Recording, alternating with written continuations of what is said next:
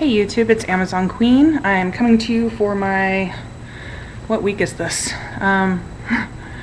Sorry, I have to look at my calendar here.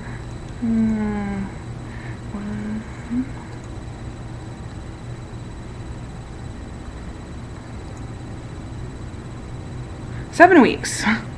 So this is my week 7 update. I am down a whole whopping 2 pounds. I'm not very happy with that. I haven't been able to go to the gym at all this week. I have been doing some exercises from my videos and stuff. But hopefully this week I'll actually be able to get to the gym a little bit more. Had a doctor's appointment last week, a follow-up, and my doctor is thrilled with my progress. I am down a total of 65 pounds from my heaviest. That's pretty impressive, 65 pounds from my heaviest. I am very, very happy with that. Sorry, making a mental note because I forgot to do something earlier. I also had my labs done. Yay me. And let's see here. My glucose, my fasting glucose was 83, which was great. And let's see here. My calculated LDL cholesterol is 101, which is like 1 point higher than what it should be. So they're gonna watch it. So I need to do some things like some cayenne and some oatmeal and some garlic that'll help bring my cholesterol down. But my 179 for my cholesterol, my triglycerides were 117, my ADL cholesterol was 55, so my other numbers are great. I do need iron though. I am anemic, and I've kind of been that way my whole life, so that's no big deal. The chewable iron pills I had were only 18, and I just didn't want to eat 2, 5, 6, or 7 of those things during the day, so I was only taking 1 or 2. I've been released to take my regular pills, so I don't have to crush them anymore. I don't have to do chewables anymore. I can do capsules, pills, what have you. So I'm going to go back to my 65 things of iron that I've had, and that should jack that up. My vitamin D was 29, and the regular is 30 to 100, so that's low. So I need to take 4,000 IUs of vitamin D3. And they're going to repeat my labs in 3 months, or at my 3-month appointment. So I'm doing pretty good. Like I said, I kind of knew I was anemic anyway, so that's no big deal. Vitamin D, I'll either take a supplement or I'll just stick myself outside and sit in the sun for a bit longer than what I have been this summer. I am doing good. I'm feeling really, really good. I have to show you guys my new shoes. Hang on a second.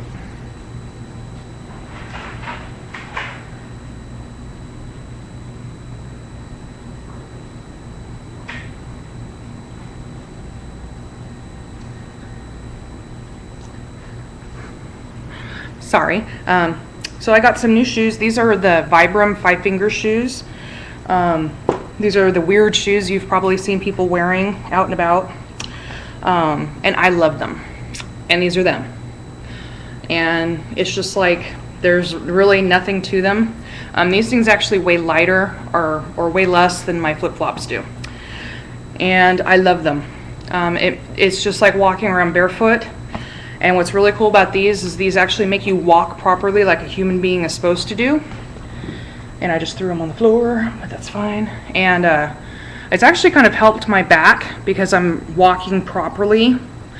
Especially when you run, you're running. Here's my other pair. These ones are men's, the other ones are women's. These ones are a little bit more to do. These are more for hiking and stuff, these particular ones. But these things are so awesome. But they make you run. When you run in these, you don't run from your heel. You don't strike with your heel first. You actually run this way. So you're landing on this part of your foot first rather than here.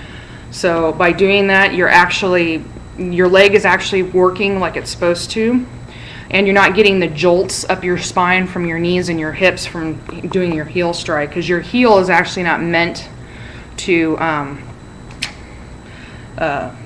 take the full brunt when you're running. It's actually this part of your foot that's designed to do that. And that's why a lot of people actually have really, really bad foot problems and back problems, is because they're not walking properly. These ones right here were about 100. My other ones were like 75, 80 bucks. You can get them at REI, or you can order them online. They do have a weird sizing thing, so I highly suggest go into an REI and size yourself, figure out what size you want, and then just order them online from the website, because they have more choices and colors and stuff. And that's what I did. But I love my shoes. I love them, I love them, I love them. My snack, my healthy snack for today.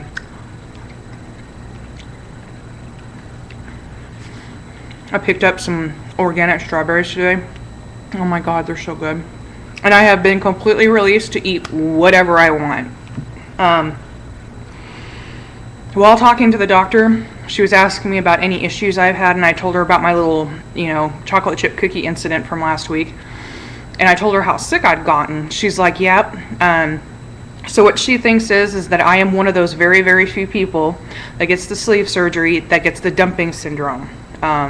You see it a lot more with bypass patients, but it can happen with us sleeve patients. So for you pre-oppers, and even you people that are just recently post-op, like Karen, and Peta Girl is in today getting her surgery done. Matter of fact, she should be done, either already done or getting ready to be done with her surgery today.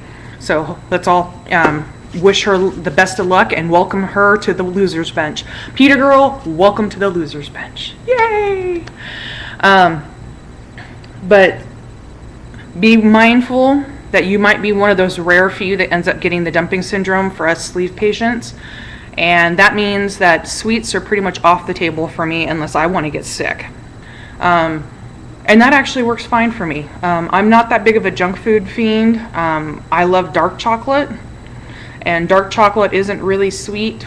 I am a little concerned because I do love gelato, and that is a treat I get maybe once a month, once every 2 months. I just get a little tiny thing of it. So I'm a little scared to try gelato again. I might take a couple bites and let my husband finish it and just see how my system reacts. But really sweet things, like cookies and stuff like that, the junk food, my body has revolted against me, which is probably a good thing. But just be mindful of that to keep an eyeball out for that if you're eating or drinking really, really sweet things like juices and stuff, to be very, very careful with that. I've had Fiber One granola bars, and I've had the what are they? The Nature Valley, the really crunchy granola bars. I've had the honey and oat, and I've had the peanut butter.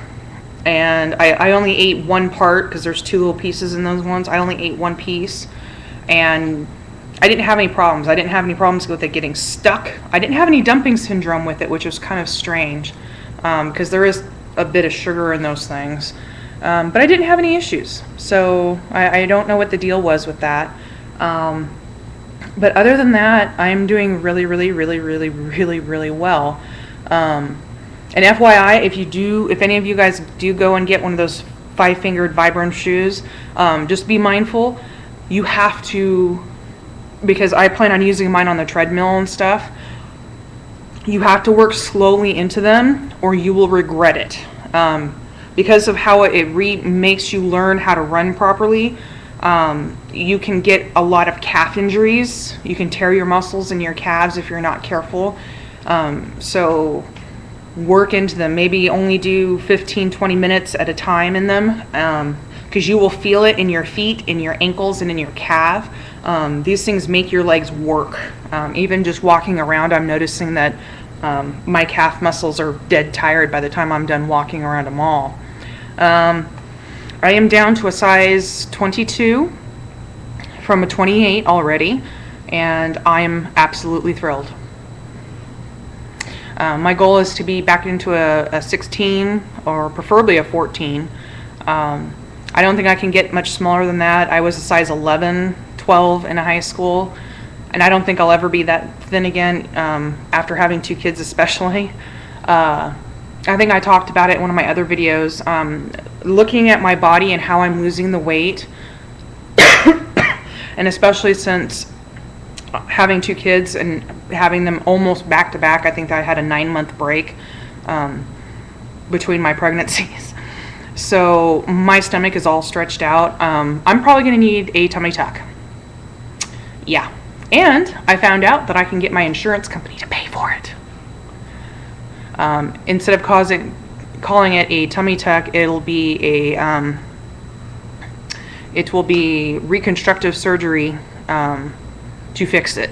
So hopefully we'll be able to get my insurance to pay for it. That won't be for another couple of years, but looking at the way my stomach is shrinking and how the folds are falling, yeah, I'm probably going to need some surgery to fix that. And that's fine. Do I really care that I'm going to end up having to have plastic surgery? No, not at all. Unfortunately, I wasn't born with the genetics to have my skin snap back really easily. I'm 32 years old, so I don't have youth on my side much anymore, but that's fine. One of my friends called me pretty vain. She's like, you already had surgery to correct your overweight problems. Now you're planning on having surgery to fix something that's cosmetic. And it's like, well, it's not just cosmetic. It's going to be very uncomfortable having folds like that, that can lead to skin infections and stuff. And I'm already prone to skin infections, MRSA infections. You know, I've got a big old scar right here from a MRSA infection. So, yeah, I was not very pleased that my friend was giving me hell about that. Yeah, I was not happy. And I let her know it, and she just called me vain. Oh well, it's my body. And if I want to go have a tummy tuck to try to, you know, bring back some of my youth, then so be it. Oh well. You're not walking in my shoes, and you're not having the problems that I am, and you can eat whatever you want and not have to worry about your weight issues. So be thankful for your genes. That's all I said to her, was just be thankful for your own genes. We haven't spoken for a while now, and I don't know if we're going to speak again for a while, but that's fine. A lot of people have told me that my friends will change as my weight changes. And now I'm really seeing, you know, you'll find out real quick who really cares about you and who's either jealous or is just very resentful. Because, you know, you were the fat friend to hang out with to make them look good while you guys were out and about. So, yeah. Oh well. And on that note, I think I'm going to leave it at that. These strawberries are so good. And I am so allergic. So I am going to sign off and go and take myself a shot of Benadryl so I don't have a complete anaphylactic reaction. Yeah, I'm allergic to strawberries, but I still eat them. Go figure. And I hope everyone has a great week. PETA girl, let us know as soon as you get out of surgery that you're out of surgery and everything's going good. And welcome to the Losers Bench again. And good luck to all of you. I know there's like Candace and a few other people. I forget your names, and I should have written them down, but I know a bunch of you guys are starting your pre-op diets and stuff and getting ready for surgery in the next month or two. So I wish you guys the best of luck. Hang in there. I know the pre-op diets suck, but you will get through it, and you'll be on the Losers Bench looking fabulous. And we can all meet up. If you guys haven't checked it out, there's a weight loss surgery convention that is happening for next year. The tickets are already on sale. It's in Vegas. I've already got my ticket. I've already got my room. And I know a bunch of other people are either have their tickets or looking at getting some to go. Check it out. And hope to see you guys there. Have a great week.